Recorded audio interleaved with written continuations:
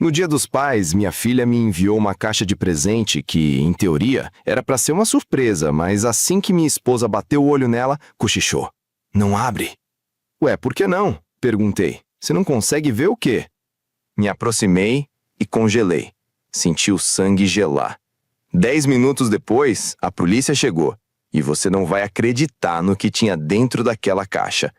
Mas antes de continuar essa história, se inscreve no canal e comenta de onde você está ouvindo, porque essa merece atenção. Pai, você entende que eu preciso desse dinheiro agora, né? Não quando você morrer, disse Letícia, minha filha.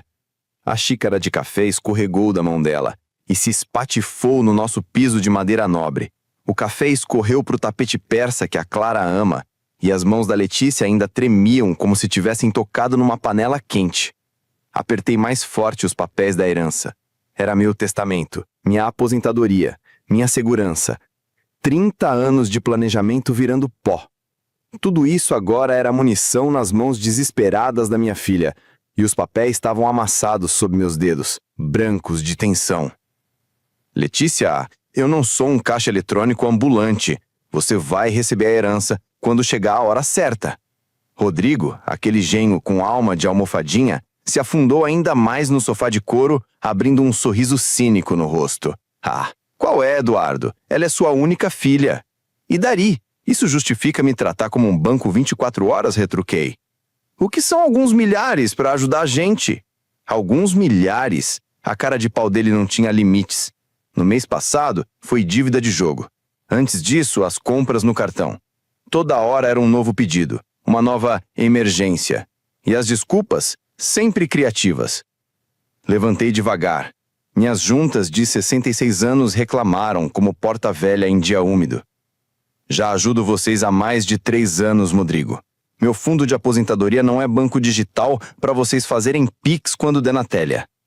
Clara surgiu na porta da cozinha, com um pano de prato retorcido nas mãos, como se tivesse prestes a torcer o pescoço de alguém. Por favor, gente, vamos respirar. Dá para conversar com calma. Com calma? Letícia se virou para a mãe. Ele está sentado em cima de centenas de milhares de reais enquanto a gente se afoga em dívidas. Dívida que você criou, murmurei, quase num sussurro. Escolhas suas. Na lareira, a foto da família estava virada para baixo. Teria caído durante o chilique da Letícia?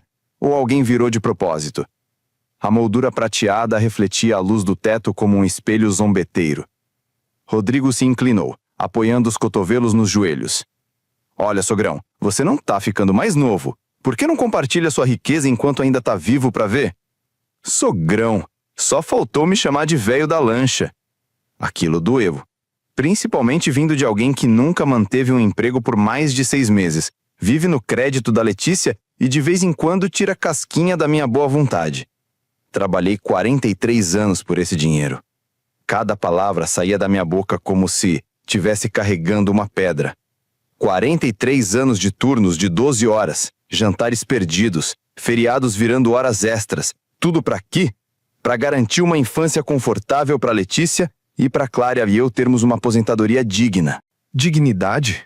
Letícia soltou uma risada amarga. Que dignidade tem em guardar dinheiro enquanto a própria filha está sofrendo? Sofrendo? Olhei para a bolsa de grife dela, os cabelos recém-feitos, as joias no pulso, os tênis novinhos do Rodrigo. Se isso é sofrimento, quero ver o que é luxo. O seu sofrimento é autoimposto, escapou da minha boca. Cada crise, cada emergência, cada chororô por dinheiro é tudo culpa sua. O silêncio caiu como um cobertor pesado. Clara entrou na sala com o rosto pálido. Eduardo, sussurrou. Talvez devêssemos... Devêssemos o quê? Gritou Letícia. Continuar tolerando esse egoísmo? Continuar fingindo que esse homem é um pai amoroso e não um pão duro egoísta? As palavras bateram em mim como bofetadas. Ganancioso, sem amor, egoísta. 3 anos de sacrifício. E essa era a minha recompensa. Rodrigo se levantou com a cara fechada. Quer saber o que eu acho, Eduardo? Você gosta de ver a gente se ferrar. Isso te faz sentir no controle, né? Saiam da minha casa! Veio de dentro do peito como um trovão engasgado. Os dois, agora. Da sua casa? Letícia cuspiu as palavras. A casa que a mamãe ajudou a pagar? Onde eu cresci? Você acha que pode simplesmente expulsar a própria filha? Quer ver? Mas eles não se mexeram. Ficaram ali com cara de urubu faminto farejando fraqueza. Esperavam o meu pedido de desculpas, o mesmo de sempre. O mesmo cheque salvador. Paz comprada no cartão do desespero. Mas não dessa vez. Fui até a porta da frente e escancarei. O ar fresco da noite entrou com cheiro de madressilva e o som distante de risadas dos vizinhos. Gente normal, com famílias normais. Letícia disse sem olhar para trás. Leve seu marido e vá embora. E não volte até estar pronta para conversar de forma respeitosa sobre suas dívidas, sem envolver minha carteira. Você vai se arrepender disso, pai, sibilou ela pegando a bolsa. Quando estiver velho, doente e sozinho. Vai lembrar que escolheu o dinheiro no lugar da família. Seus saltos batiam no chão como se fossem marretas.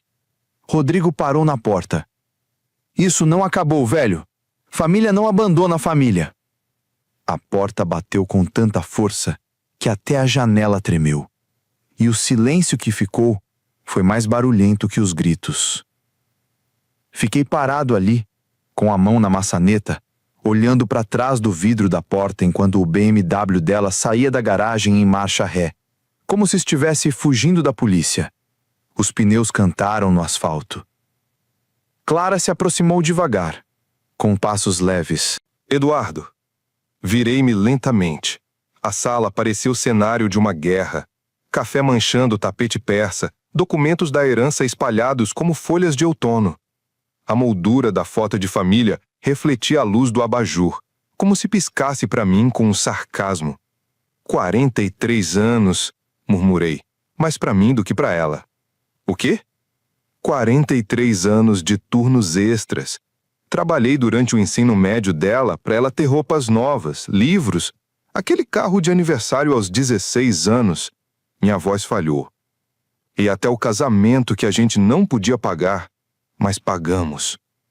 Clara foi recolhendo os papéis com calma, como se estivesse reconstruindo um castelo de cartas. Ela está com dificuldades, Eduardo. O vício em jogo é a escolha dela. Minha voz saiu mais dura do que queria. Cada visita ao cassino, cada aposta online, cada mentira sobre onde o dinheiro foi parar. Escolha dela. Fui até a lareira e endireitei a foto da família. Letícia, com uns 5 anos, sorria para mim. Descalça, inocente, sentada nos meus ombros lá na feira de antiguidades do Bexiga. Quando foi que aquela criança doce virou essa adulta que me trata como se eu fosse um cofre ambulante? Lembra quando ela queria aquela casa de bonecas de Natal? Aquela caríssima da loja do centro. Lembro. Trabalhei 2 meses em turno dobrado só para comprar aquilo. O silêncio de Clara dizia que ela também lembrava. Lembrava das aulas de balé, dos acampamentos de férias, dos tênis de marca, porque todas as amigas tinham. Tudo isso, e agora ela joga caneca de café em mim porque não quer abrir mão da minha aposentadoria. Ela não jogou em você, Eduardo. Jogou no chão. Para mim dava na mesma. Quando o respeito vai embora, o gesto é só consequência. Me abaixei, peguei um dos papéis da herança. A linguagem jurídica parecia um samba em japonês, mas eu conhecia cada cláusula. Anos de investimento conservador, planejamento e sacrifício. Tudo para Letícia ter segurança depois da nossa partida. É a influência do Rodrigo. Ele enche a cabeça dela com essas ideias de que a gente deve alguma coisa a eles. Rodrigo não criou a ganância. Ele só deu carta branca para ela mostrar. A verdade ficou ali no ar, pesada. Nossa filha virou alguém que mal reconhecíamos. E a gente permitiu isso. Sempre cedendo, sempre assinando, sempre salvando o dia com o nosso dinheiro. Meu celular vibrou. Mensagem de número desconhecido. Mas reconheci na hora o estilo. Pai, espero que esteja feliz. As crianças precisam de casacos de inverno e material escolar. mas parece que seu dinheiro vale mais que seus netos. Não espere vê-los tão cedo. Netos. A cartada final da Letícia. Isabela e Rafael, com 8 e 6 anos. Reféns da Guerra Fria entre mãe e avô. Ela sabia exatamente onde cutucar para causar dor. Mostrei a mensagem para Clara. O rosto dela se contraiu. Ela não afastaria as crianças de nós, né? Mas nós dois sabíamos que sim. Ela já tinha feito isso antes, sempre nas brigas. Uma semana aqui, 2 semanas ali. Toda vez que a gente não respondia imediatamente aos pedidos financeiros dela, os netos viravam moeda de troca no jogo interminável por mais dinheiro. Eduardo, será que não devíamos repensar isso? Sugeriu Clara, hesitante. Não. A palavra saiu da minha boca como um tapa na mesa. Chega. Não vou mais ser refém de chantagens com nossos netos. Não vou ensinar para Letícia e para o Rafael que amor pode ser comprado no débito. Família não é transação bancária. Clara se encolheu com o meu tom. Em 38 anos de casamento, ela raramente me viu tão bravo. Mesmo nas nossas piores discussões, tipo aquela do churrasco que virou briga por causa da maionese, eu nunca falei com tanta frieza. Mas naquela noite, algo mudou. Caiu a ficha. Eu entendi de verdade quem era minha filha, o que virou o nosso relacionamento e o futuro que eu achava que a gente teria em família. A ilusão de que o amor de pai resolve tudo se quebrou, tipo aquela caneca preferida que você deixa cair na pia. Meu celular vibrou. 6 dias depois, era manhã de Dia dos Pais. Eu estava sentado na varanda, jornal de domingo na mão, tentando achar um pouco de normalidade no meio do caos. O café já estava gelado, mas eu segurava a caneca mesmo assim, observando os vizinhos indo e vindo. Os Souza colocavam as malas no carro. Parecia que iam para a praia. Os Nakamura cuidavam do jardim, rindo enquanto discutiam sobre qual planta era qual. Clara andava pela cozinha, e o barulhinho dos pratos chegava até a varanda pela janela aberta. Passamos a semana toda conversando com cuidado, pisando em ovos. A ausência da Letícia era um buraco escancarado na rotina. Nenhuma mensagem, nenhuma ligação, nenhum oi sumidos exigindo dinheiro ou reconciliação. Aquilo era estranho. Em 3 anos de crise, Letícia nunca ficou tanto tempo sem dar sinal. No 3º dia, geralmente ela já vinha com aquele pedido básico de desculpas e uma ajudinha, no valor de 1.000 ou 2.000 reais, só para esquentar antes do próximo pedido maior. Mas agora era diferente. O silêncio era tenso. Quase uma preparação para alguma coisa grande. Confesso que uma parte de mim ficou aliviada, outra com a pulga atrás da orelha. De repente, o barulho de um caminhão interrompeu meus pensamentos. Olhei para a rua e vi um caminhão marrom, da Storm Flash, parando na frente de casa. Estranho, não esperávamos entrega. E domingo? Só pagando uma taxa absurda? O motorista desceu com cara de quem só queria terminar o turno e almoçar. Conferiu o aparelhinho, pegou uma caixa média e veio andando. Senhor Eduardo Nogueira? Sou eu. Feliz Dia dos Pais, disse ele, entregando a caixa com aquele sorrisinho automático de entregador em plantão. Alguém aí gosta muito do senhor para pagar a entrega em pleno domingo, completou, me passando a prancheta digital. Assinei, meio confuso. A etiqueta não mostrava nenhum remetente claro, só uns dados genéricos. A caixa era leve, parecia de sapato, mas não pesava mais do que 1 quilo. Quem mandou isso? Perguntou Clara, surgindo na porta com um pano de prato na mão. Não faço ideia, respondi, levando o pacote para dentro e colocando-o sobre a mesa de centro, bem onde, 6 dias atrás, estavam os documentos da herança. Clara se aproximou com aquele olhar de quem já assistiu a todos os episódios de investigação criminal e não confia nem na própria sombra. Será que foi dos netos? Arriscou, sem muita certeza. Isabela perguntou sobre o Dia dos Pais mês passado, antes de Letícia transformar os filhos em arma emocional. Tentei afastar esses pensamentos. Pode ser, concordei. Mas algo parecia fora do lugar. O timing era bom demais para ser coincidência. E convenhamos, a Emma, ou melhor, a Isabela, com 8 anos, não ia pagar frete especial de domingo com mesada. Clara examinava a caixa como quem analisa rótulo de shampoo no mercado. Passou os dedos na etiqueta e parou de repente. Eduardo, não abre não, disse ela com aquele tom de confia em mim ou vai dar ruim. Por quê? Ela apontou, Não tá vendo esses furinhos? São para respirar. Isso aí tem coisa viva dentro. Meu estômago deu aquele giro. Sabe quando você descobre que o requeijão que passou no pão era maionese vencida? Igualzinho. E agora que ela falou, eu vi. Vários furinhos bem pequenos, quase invisíveis. Furos de respiração, repeti, com voz seca. Isso mesmo. A pergunta é, o que tá vivo aí dentro? Ficamos ali, encarando a caixa como se ela fosse sair correndo. A luz do sol já não parecia tão acolhedora, e o silêncio da rua virou coisa de filme de suspense. Quem mandaria isso? Sussurrou Clara. Mas eu já sabia. Ou melhor, sentia. O horário, o remetente anônimo, a entrega num domingo. Era tudo calculado. Não era presente, não. De dentro da caixa veio um ruído baixinho. Um farfalhar. Tipo o som de papel amassando ou coisa rastejando. Parou. Silêncio total. Clara apertou meu braço como se quisesse me arrancar do lugar.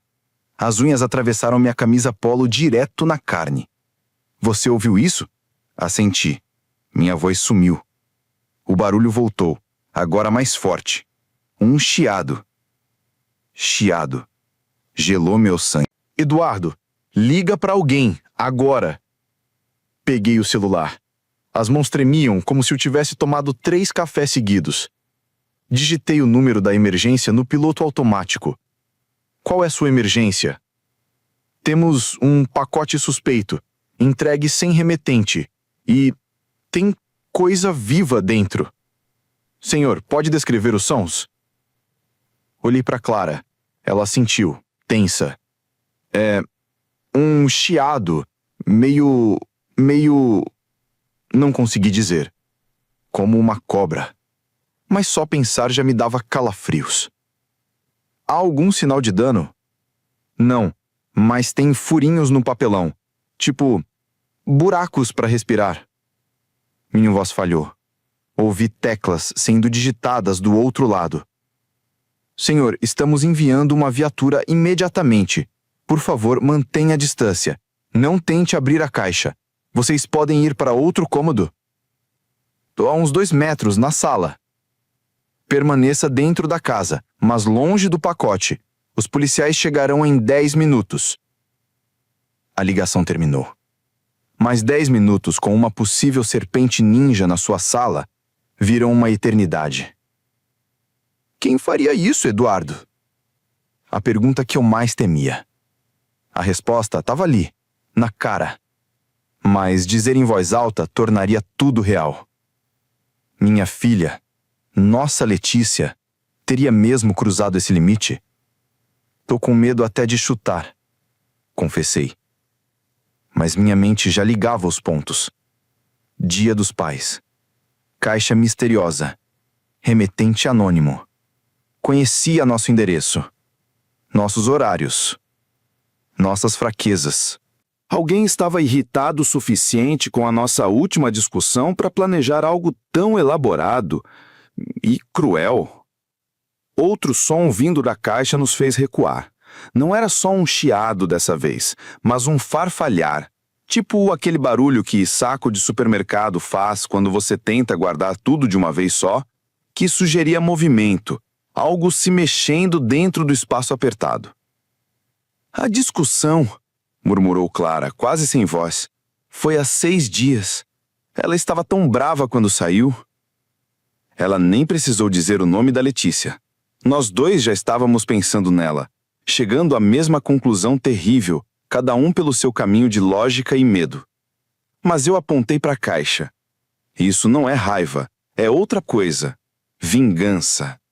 A palavra ficou no ar, muda, pesada demais para ser dita, mas impossível de ignorar. Nossa filha, a garota que criamos, apoiamos e amamos, mesmo com todos os defeitos, nos enviara algo com a clara intenção de nos assustar, ou pior, nos machucar.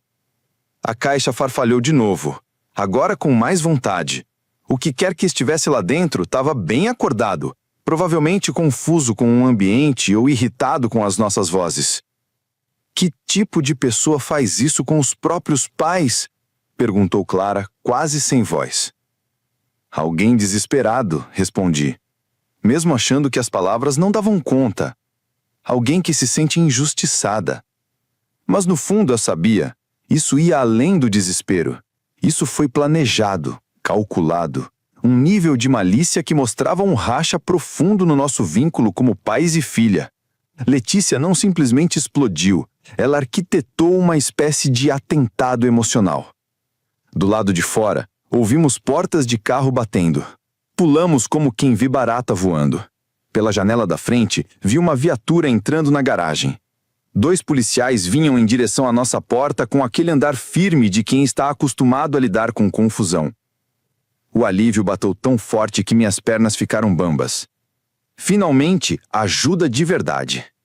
Logo, o pesadelo que estava dentro daquele pacote sinistro seria problema de outra pessoa, alguém com treinamento e luvas grossas.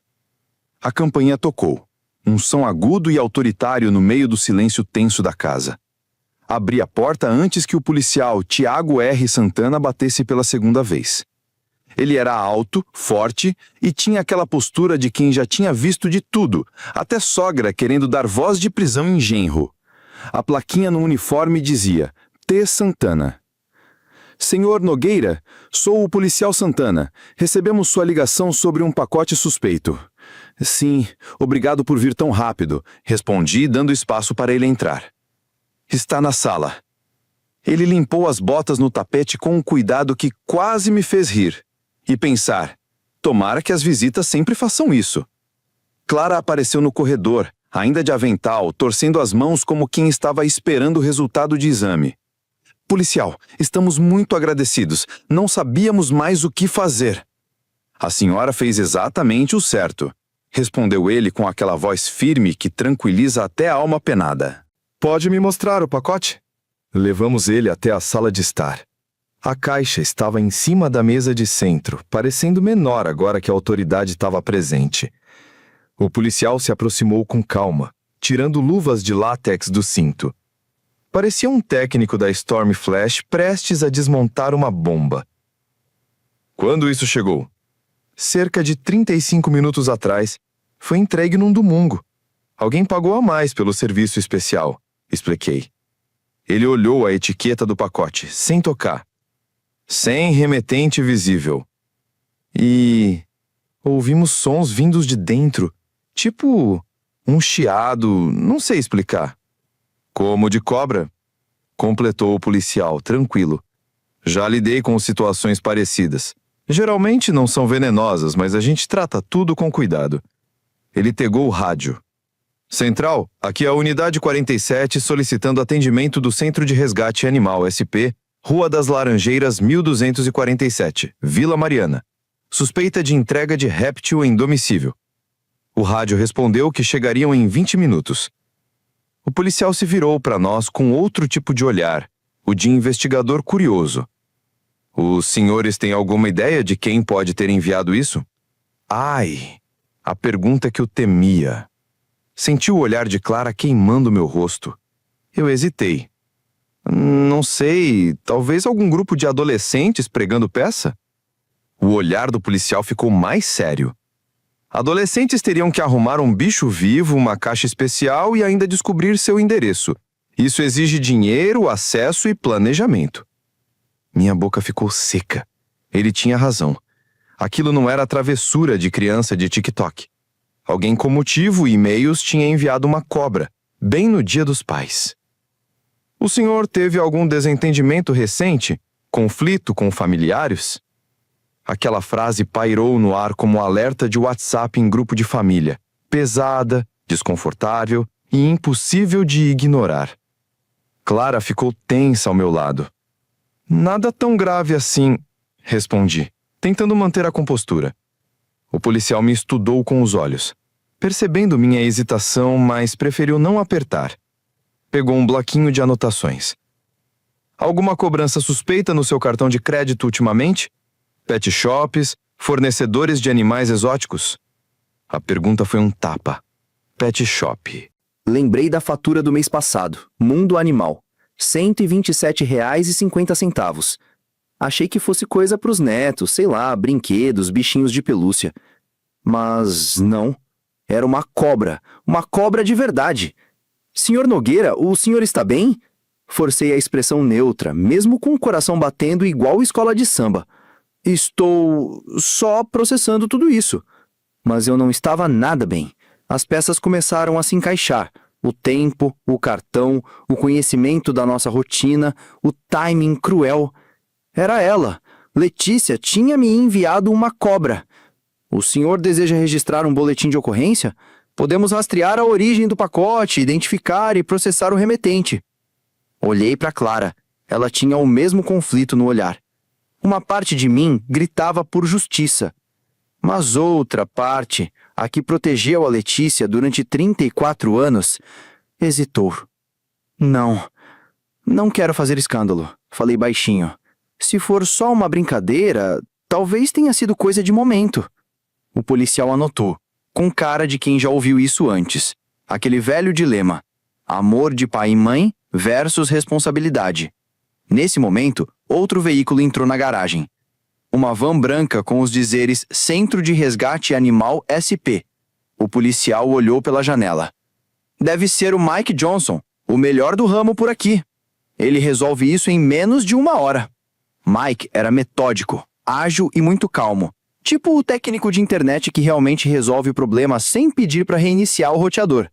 Em 20 minutos, ele retirou com precisão uma cobra do milho, de 1 metro, da caixa. Não é venenosa, informou. Vou levá-la para um centro de resgate. Lindo bicho. Alguém pagou caro por ela. Cobras do milho são ótimos pets quando bem cuidadas. Pena que foi usada desse jeito. O policial Santana apertou nossas mãos. Se lembrarem de mais alguma coisa, entrem em contato. Até pegadinha pode virar algo mais sério se não for controlada. Assenti, tentando manter a pose, mas por dentro, minha cabeça era um furacão. Letícia tinha me enviado uma cobra. No Dia dos Pais. E aquilo, no fundo, era só o começo. Os 2 carros sumiram pela nossa pacata rua da Vila Mariana, deixando Clara e eu sozinhos com as consequências daquela manhã desastrosa. A sala de estar parecia diferente agora, meio violada, sabe? Apesar da faxina pesada.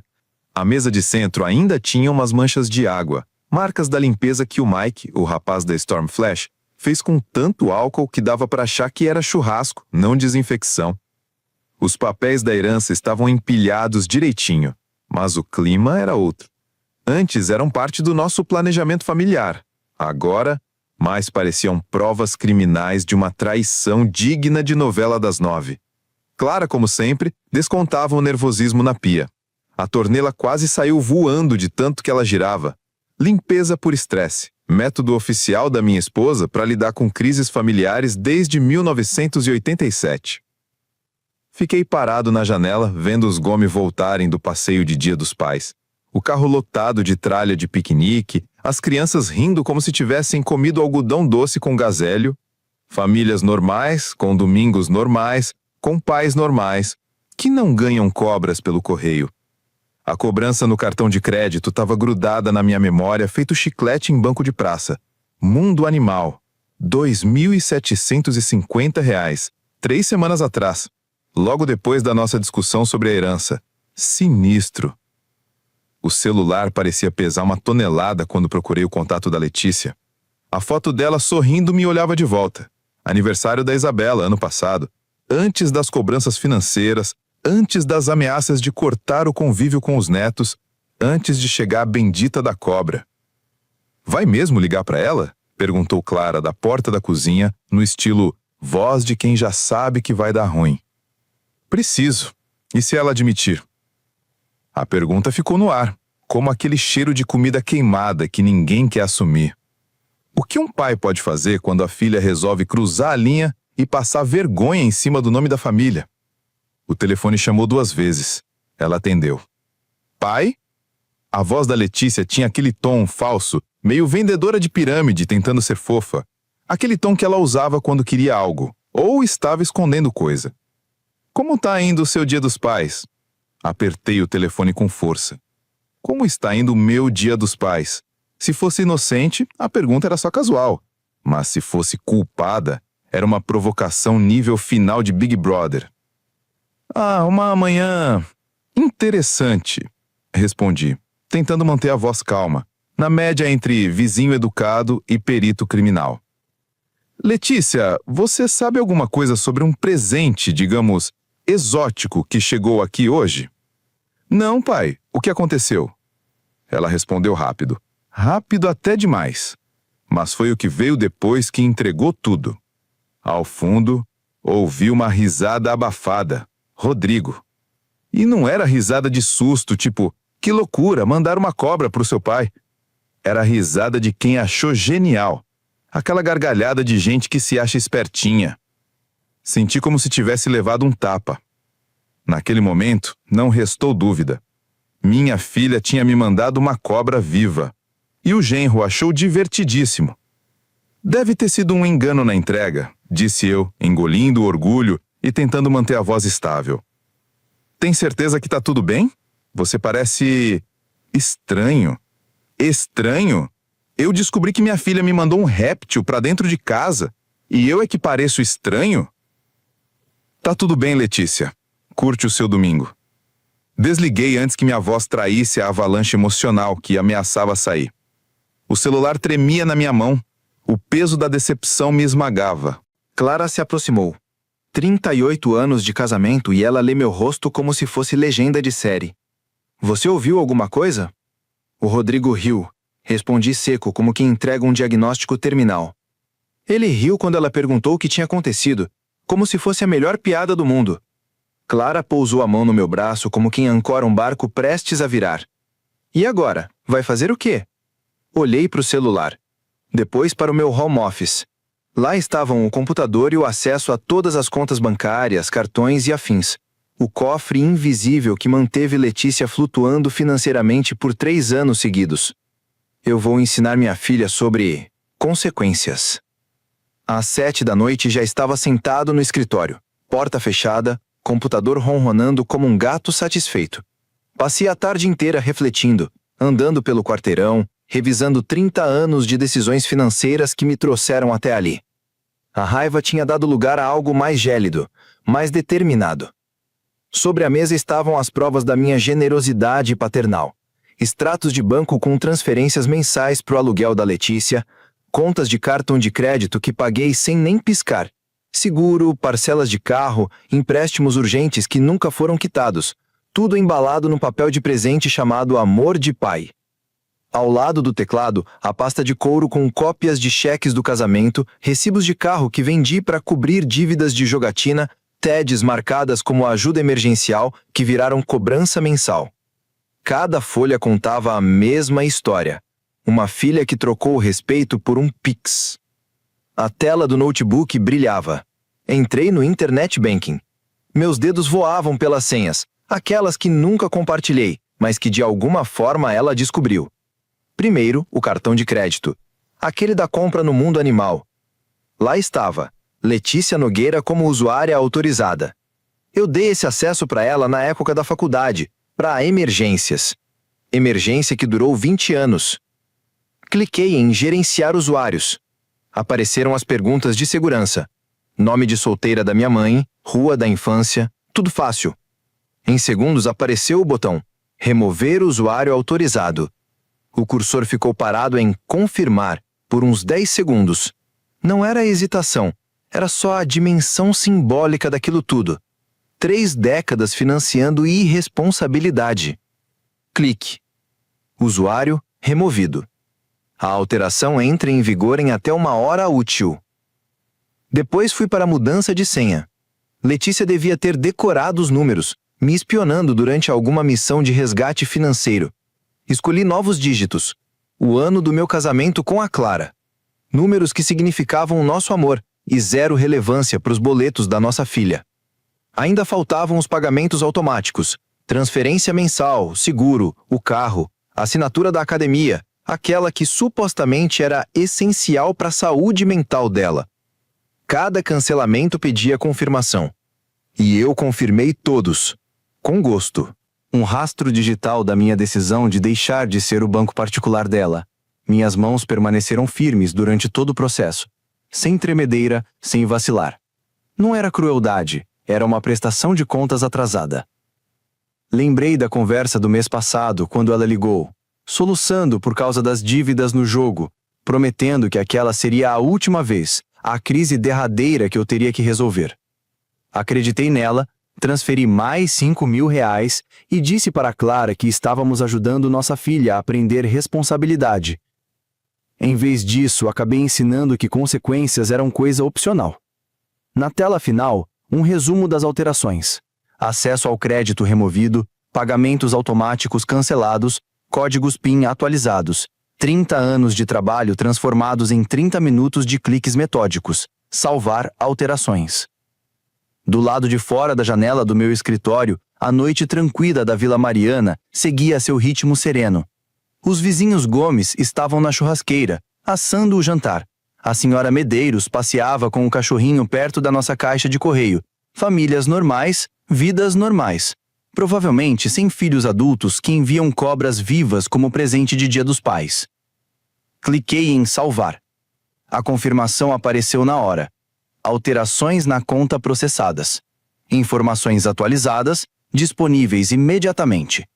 Recostei na cadeira de couro da minha escrivaninha e senti algo que não experimentava há anos, quando o assunto era Letícia.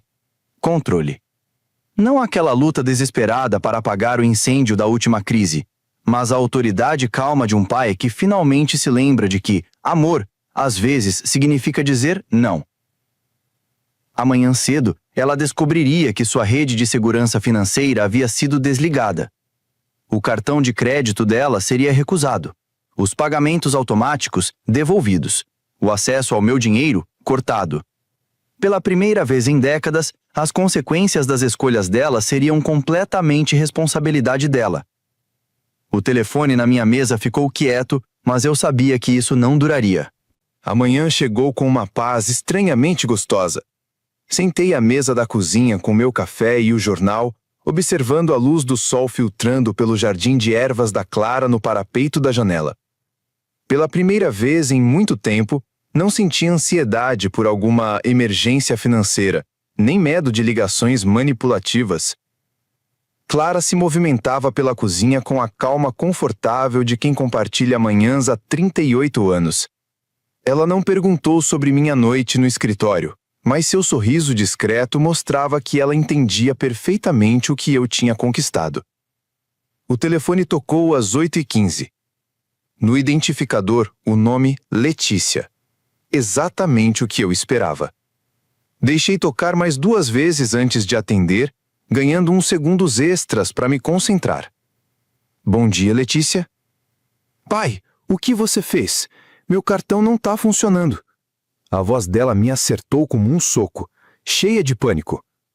Tentei comprar comida, mas o pagamento foi recusado. O pagamento automático do seguro do carro voltou. O que está acontecendo? Tomei um gole do café antes de responder. Letícia, sei que você me mandou aquele presente de Dia dos Pais. Silêncio. Longo e pesado. Quando ela falou de novo, a voz estava menos apavorada e mais na defensiva. Você perdeu a cabeça. Como pôde armar uma cilada dessas para mim? Armar uma cilada? Ela mesma, que me mandou uma cobra viva? Fiquei calmo. Não fiz nada, filha. Só parei de pagar pela sua irresponsabilidade. Isso é loucura. Você não pode simplesmente me cortar sem aviso. Tenho contas, obrigações, responsabilidades. Deixei a palavra responsabilidades flutuar no ar, como aquele lembrete de que respeitar os pais e cuidar das próprias contas também são responsabilidades. Clara interrompeu a rotina dela na cozinha, olhou para mim, lendo no meu rosto sinais de estresse que não estavam lá. Eu estava calmo, quase indiferente à histeria da Letícia. Pai, por favor, você não entende. O Rodrigo e eu estamos numa fase difícil agora. O aluguel do apartamento está vencendo. A parcela do meu carro atrasada. A do seu também, ela continuou. O aluguel que você paga todo mês para o meu apartamento. Talvez esteja na hora de você entender o que é responsabilidade financeira de verdade. Ótimo. Quer jogar? Interrompi firme. Não espere ver seus netos tão cedo. Letícia e Rafael nem vão lembrar de você quando chegar a hora. Letícia, Interrompi com voz firme e calma. Essas ameaças pararam de funcionar ontem de manhã. O telefone ficou mudo. Só dava para ouvir a respiração ofegante dela. Quase podia escutar ela recalibrando, buscando uma velha tática de manipulação que sempre dava certo. Não acredito que você está fazendo isso comigo, sussurrou, assumindo o papel de vítima que já abriu minha carteira vezes demais. Sou sua filha, estou lutando, e em vez de ajudar, você me pune por algo que eu nem fiz. Não, filha, você fez sim. Ainda sem admitir, desviava o assunto daquele presente bizarro. Só fazia um generalizado, culpa minha, para fugir da raiva por ter que encarar as consequências. Sua luta não é minha responsabilidade, respondi. Suas escolhas criaram essa situação.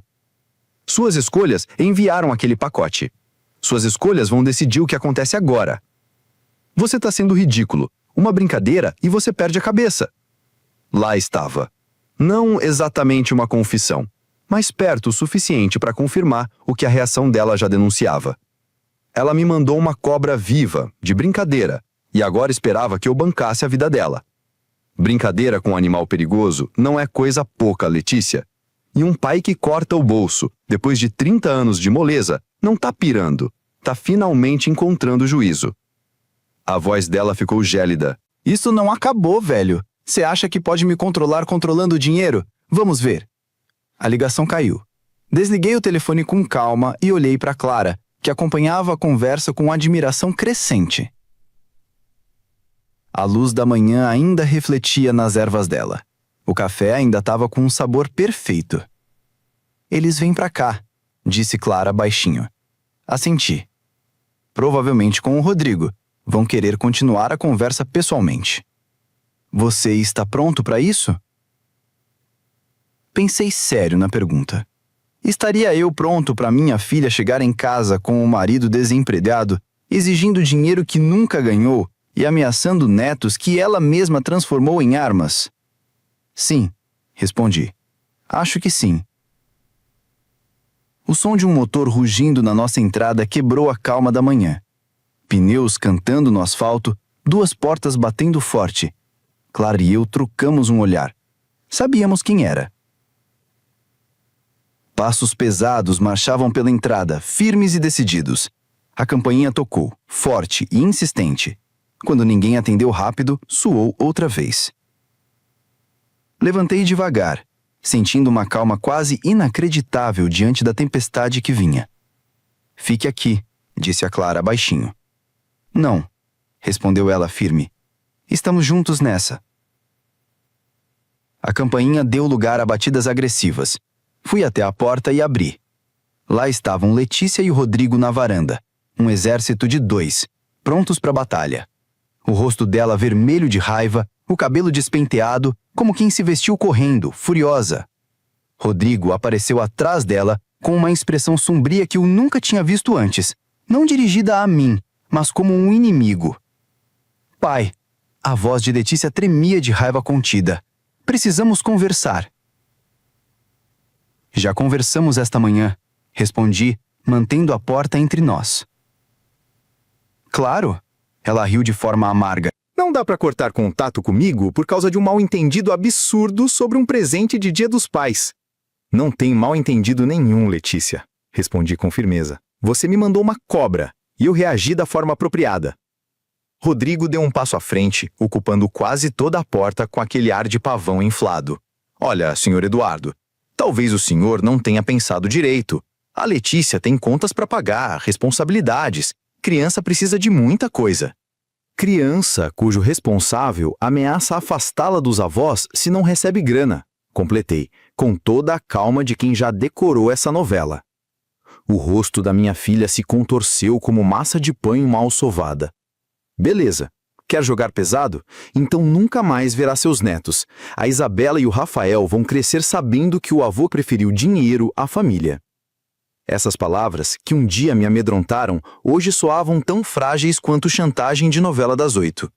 Eu olhei para Letícia e já não vi mais a menininha que eu criei, mas uma mulher que virou especialista em chantagem emocional. Letícia, falei num tom mais baixo, quase com pena. Isso não é uma ameaça, é uma bênção. O choque no rosto dela foi quase cômico. Essa não era a reação que ela esperava. Não era o golpe baixo que sempre me fazia recuar. Rodrigo ficou de queixo caído. Você... o quê? Gaguejou Letícia. Se você é o tipo de pessoa que usa criança como moeda de troca para arrancar dinheiro dos avós, então talvez seja melhor elas ficarem longe de você por um tempo. Criança não é chaveiro para usar em troca de reais. A cara do Rodrigo mudou. Se aproximou tanto que eu quase senti o cheiro do ego ferido dele misturado com desodorante barato. A gente sabe onde você mora, velho, disse ele, com aquela voz de vilão de filme B. Sabemos sua rotina, seus horários. Talvez seja melhor repensar essa sua postura. Senti Clara se enrijecer atrás de mim, mas continuei parado, como poste de esquina. Tá me ameaçando, Rodrigo? Relação familiar é via de mão dupla. Quer cortar a gente? Beleza, só não espere que a gente desapareça em silêncio. Na verdade, retruquei, é exatamente isso que eu espero. E se não sumirem em silêncio, isso vira assunto de polícia e não de reunião de família. Letícia segurou o braço dele, talvez percebendo que estavam entrando num terreno perigoso. Mas ao invés de acalmá-lo, ela pareceu acender ainda mais o estupim. Você se acha muito esperto, né? Grunhou ela. Acha que cortar o nosso dinheiro te dá poder. Existem outras formas de conseguir o que precisamos. Claro que existem. Tipo, trabalhar, sabe? Um conceito revolucionário, mas que tem dado certo desde o tempo dos dinossauros. Letícia soltou um suspiro venenoso. Você vai se arrepender de nos tratar assim. Família não abandona a família, e isso vai ter consequência. Já está tendo consequência, Letícia. E você está vivendo elas agora. Eles me encararam por alguns segundos. E acho que finalmente caiu a ficha de que não havia mais chantagem ou drama que os trouxesse de volta para o banco particular do papai aqui. 30 anos como caixa eletrônico emocional, fechou para balanço. Sem mais palavras, Letícia virou nos calcanhares e marchou até o carro. Rodrigo foi atrás, mas não sem me lançar aquele último olhar de "vou te pegar", digno de novela ruim. Observei os dois sumirem no fim da rua, o motor do carro rugindo mais do que precisava, como se barulho fosse argumento. Só quando as lanternas traseiras desapareceram, fechei a porta da frente e me virei para Clara. Ela estava pálida, mas os olhos dela mostravam algo que eu não via há anos. Orgulho. Vamos precisar de um advogado, falei. A noite trouxe uma paz rara. Sentamos à mesa da cozinha depois do jantar, quase como se nada tivesse acontecido. Clara com seu chazinho de camomila e eu com meu café preto, segunda xícara. Nosso ritual doméstico de sobrevivência. A cozinha sempre foi nosso confessionário. Foi lá que decidimos comprar a casa, falar sobre a aposentadoria e até discutir as primeiras dívidas da Letícia. Agora era o palco da ruína completa do nosso relacionamento com ela. Eu fico lembrando de quando ela tinha uns 8 anos, disse Clara com a voz baixinha. Lembra daquele café da manhã de Dia das Mães? Torrada preta e suco de laranja grosso que parecia vitamina. Mas ela estava tão orgulhosa. Eu lembrava assim. Letícia, de pijama rosa, em pé num banquinho toda animada para preparar surpresa. Aquilo hoje parecia história de outro planeta. Ela fazia uns desenhos nossos. Bonecos palito de mãos dadas. Guardei vários numa javela da mesa do escritório. Acho que ainda tem uns lá naquela caixa de memórias. A voz de Clara estava cheia daquela dor de mãe que não some. Eduardo. Ela ainda é nossa filha, apesar de tudo que aconteceu hoje. A frase que eu sabia que ouviria. O instinto dela de querer restaurar, consertar, dar um jeitinho. Era uma das coisas que me fez me apaixonar por ela. Essa esperança infinita nas pessoas. Clara, falei com carinho. Ela passou dos limites. E eu tenho mais um passo a dar. Ela parou a xícara a meio caminho da boca. Que tipo de passo? Olhei bem no rosto dela. Dava para ver que ela esperava que fosse algo que trouxesse a filha de volta, não que a afastasse ainda mais. Como explicar que o objetivo já não era mais voltar a ser como antes? Algo permanente, respondi. Algo que garanta que o show de horrores de hoje não se repita. Você tá falando de mudar o testamento? Não era uma pergunta. Clara me conhece como ninguém. Ela entendeu que a única saída era colocar uma proteção legal, entre outras medidas. Sim. Ela ficou em silêncio por um tempo, digerindo tudo. Mudar o planejamento patrimonial não era só uma decisão financeira. Era um marco oficial de que nossa filha havia se tornado um risco. Os netos, disse ela com tristeza. Vai ser melhor para eles aprenderem desde cedo que amor de verdade não se compra com reais. Estendi a mão por cima da mesa e segurei a dela. Clara, o que ela fez hoje não foi um ato de desespero. Foi maldade pensada, milimetricamente calculada. A cobra, as ameaças, as manipulações, foi esse o papel que ela escolheu para si mesma. Mas, se a cortarmos da nossa vida de vez, estaremos nos blindando contra novos abusos. Vamos proteger nosso casamento de viver num looping eterno de crise emocional. Vamos proteger a nossa aposentadoria também, que, convenhamos, já está mais próxima do que gostaríamos, de ser drenada aos poucos por alguém que nos vê mais como caixa eletrônico do que como pais. Clara apertou minha mão, deslizando o polegar sobre meus dedos num gesto que me confortou por décadas, mesmo nas piores encrencas. Mas essa aqui não é só mais uma encrenca, né? Ela murmurou. Isso é o fim de uma era. Será que vai funcionar? Se você mudar tudo legalmente, será que ela vai parar de nos infernizar? Vai sim. Sem dinheiro, sem herança, sem carta na manga, ela vai ter que encontrar outros trouxas para manipular. Pode parecer gelado, impessoal, mas é necessário. Letícia vai acabar focando em alvos mais fáceis, gente que ainda não sacou os joguinhos dela. Odeio que tenha chegado nesse ponto, disse Clara, quase num sussurro. Eu também. Mas não vou passar o resto dos nossos anos andando em ovos por medo de explosão emocional. Não vou deixar ela destruir tudo que construímos. Do lado de fora da janela da cozinha, a noite na Vila Mariana seguia calma.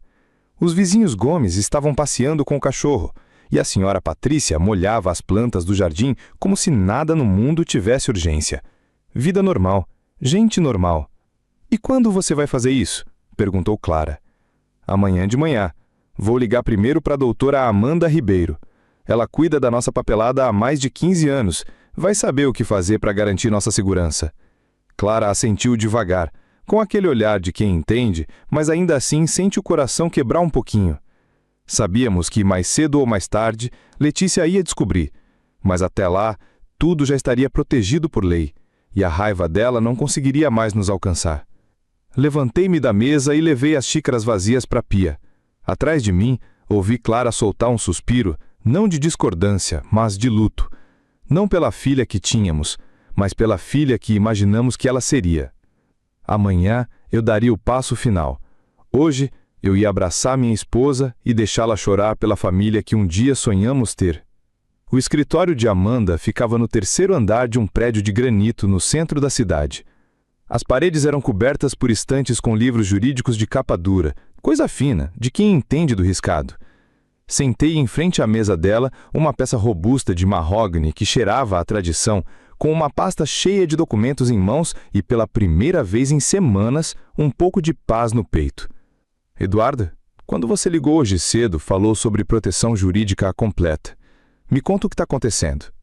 Amanda cuidou de tudo nosso. Testamentos, escrituras, partilha da mãe da Clara. Ela nos conhecia como o casal certinho, daqueles que pagam as contas em dia e deixam a geladeira etiquetada.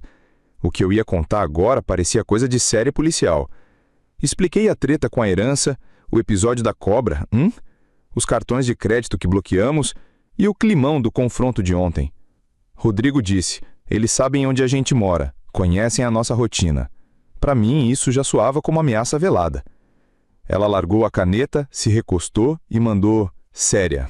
Eduardo, isso aqui não é sua briga de família.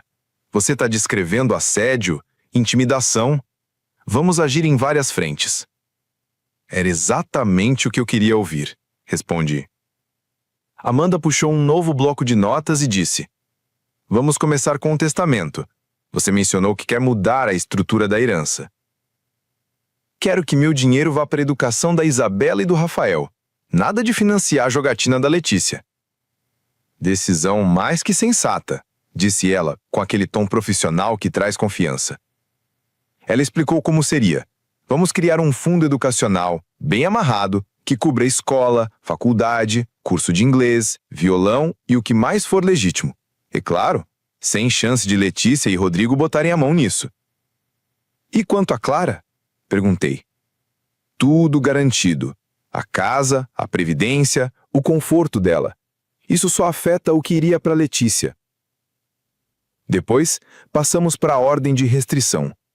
Amanda abriu um novo arquivo e começou a registrar todos os episódios. A cobra, que viu o protagonista, as palavras ameaçadoras, o comportamento cada vez mais abusivo. Usar animal vivo para assustar os pais, isso mostra planejamento e maldade. A justiça leva esse tipo de coisa muito a sério, disse ela, enquanto anotava freneticamente.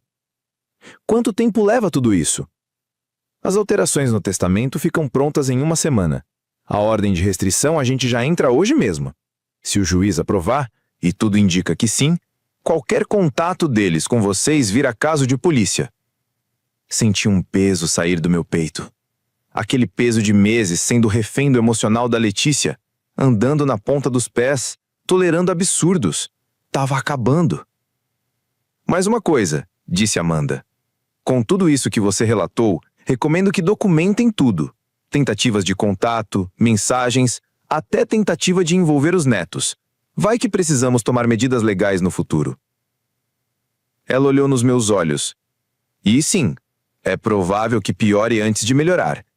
Pessoas manipuladoras não aceitam bem quando perdem o controle. Mas, sinceramente, isso não me assusta mais. Contudo, amparado pela lei, a fúria dela vai ser dirigida para o sistema e não para 2 aposentados que só querem sossego e uma rede na varanda. A assistente da Amanda entrou com os documentos. Assinei página por página com aquela sensação gostosa de ufa, fiz o que precisava. 30 anos bancando as crises da nossa filha estavam oficialmente encerrados. Nossa casa agora tinha blindagem legal contra futuras investidas. A ordem de restrição deve ser aprovada até o fim do expediente de hoje, e os oficiais de justiça vão intimar Letícia e Rodrigo até amanhã cedo. Depois disso, se eles tentarem contato, é caso criminal. Ponto final. Levantei-me, apertei a mão da mulher que, com uma caneta e algumas cláusulas, me ajudou a reconquistar o controle da minha própria vida. Do lado de fora, São Paulo seguia seu ritmo de buzinas, vendedores de milho e gente apressada. Mas dentro de mim, finalmente, tudo começava a se acalmar. Eduardo, chamou a senhora Margaret quando cheguei à porta. Você fez as escolhas certas. A segurança da sua família vem sempre em primeiro lugar. Assenti, colocando a pasta debaixo do braço. Amanhã pela manhã, Letícia descobriria que manipulação não era mais uma opção no cardápio dela. Naquela noite, Clara e eu dormiríamos em paz, sabendo que a lei finalmente estava do nosso lado. 2 dias se passaram na mais tranquila calmaria que eu já havia experimentado em anos. Clara e eu retomamos as rotinas confortáveis, aquelas que a crise da Letícia havia interrompido constantemente. Café da manhã sem medo de ligações inesperadas. Caminhadas à tarde sem a paranoia de mensagens perdidas. Jantares sem debates dignos de novela sobre a última emergência financeira. Na quinta-feira à tarde, a senhora Margaret ligou para confirmar o que eu já esperava. Eduardo, os documentos foram entregues às 14h15 de hoje. Tanto Letícia quanto Rodrigo foram intimados da ordem de restrição e receberam cópias das modificações no testamento. Está tudo resolvido. Agradeci e desliguei. Fiquei sentado em silêncio na minha cadeira por alguns minutos, observando o mundo lá fora. A senhora Medeiros plantava suas flores de primavera no jardim, enquanto os filhos dos Gomes pedalavam suas bicicletas na calçada. Vida de bairro comum, no seu ritmo tranquilo. Os jornais chegaram? Perguntou Clara da porta da cozinha. Esta tarde, confirmei. Acabou. Ela veio sentar ao meu lado e segurou minha mão. Não precisávamos discutir qual seria a reação da Letícia, nem se ela tentaria dar um jeitinho de burlar as barreiras legais que a senhora Margaret havia levantado. A lei era clara, as proteções eram abrangentes, e pela primeira vez em 30 anos, estávamos verdadeiramente livres da manipulação dela. Pensei na filha que criei, Aquela menininha que desenhava famílias de bonecos palito e preparava café da manhã em cama em datas especiais. A mesma criança que, aos poucos, virou alguém que enviava cobras vivas para o pai e ameaçava usar os netos como armas contra ele. A transformação foi tão gradual que passei décadas inventando desculpas para os comportamentos cada vez mais absurdos dela. Mas a mulher que estava na minha porta, exigindo dinheiro e fazendo ameaças, não era mais alguém que eu precisava socorrer. Os documentos legais criaram limites que o amor jamais conseguiu estabelecer sozinho. Eles conseguiram o que queriam. Eu não faço mais parte da vida deles. A ironia não passou batida. Letícia passou anos ameaçando cortar meu acesso a Isabela e ao Rafael, sempre que eu não atendia às exigências financeiras dela. Agora, com o próprio comportamento cada vez mais agressivo, ela garantiu a separação permanente e, de quebra, perdeu qualquer direito à herança que tanto queria controlar. Isabela e Rafael serão mantidos através do Fundo Fiduciário Educacional, administrado por profissionais que não se deixam manipular nem ameaçar. As despesas com faculdade, aulas particulares, livros e outras necessidades legítimas estarão garantidas, sem dar aos pais acesso aos recursos que mostraram não saber administrar direito. Clara apertou minha mão. Você acha que ela entendeu o que perdeu? Ela vai entender, respondi. A ordem de restrição faz qualquer tentativa de contato virar um problema criminal. As mudanças no testamento significam que não tem herança para brigar, nenhum motivo financeiro para manter contato, mesmo que seja para brigar. Ela vai ter que arranjar outras pessoas para manipular. E se violar a ordem de restrição? Problema do departamento de polícia, não nosso. Por 30 anos, fui o paraquedas de Letícia, segurando suas quedas enquanto ela não aprendia nada. Vendi meu carro antigo para pagar dívidas de julgo dela.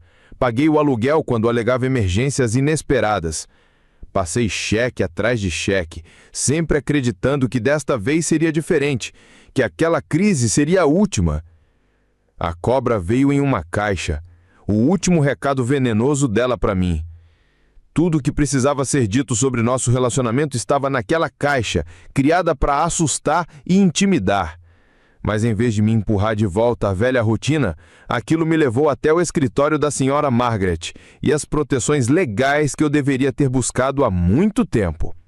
Enquanto o sol se punha na janela da nossa cozinha, Clara e eu preparamos o jantar, com a tranquilidade de um casal que finalmente tirou o peso do drama familiar das costas. Nenhum telefonema interrompeu nossa conversa. Nenhuma mensagem urgente pedindo ajuda financeira. Nenhuma ameaça pairando sobre o acesso aos netos. O silêncio era profundo, daquele tipo que só vem depois da tempestade mais cansativa. Amanhã, acordaríamos em uma casa legalmente protegida contra o assédio. Nossas economias para aposentadoria permaneceriam intactas, rendendo juros para nossa segurança e não para pagar as trapalhadas de outra pessoa. Nosso casamento seguiria firme, sem o estresse de conviver com a crise fabricada por um filho adulto.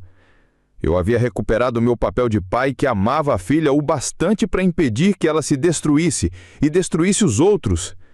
Limites legais substituíram a manipulação emocional. Consequências profissionais tomaram o lugar da culpa familiar. A lei me devolveu a vida. Esta noite, pela primeira vez em décadas, eu dormiria sem me preocupar com quanto a crise do dia seguinte me custaria.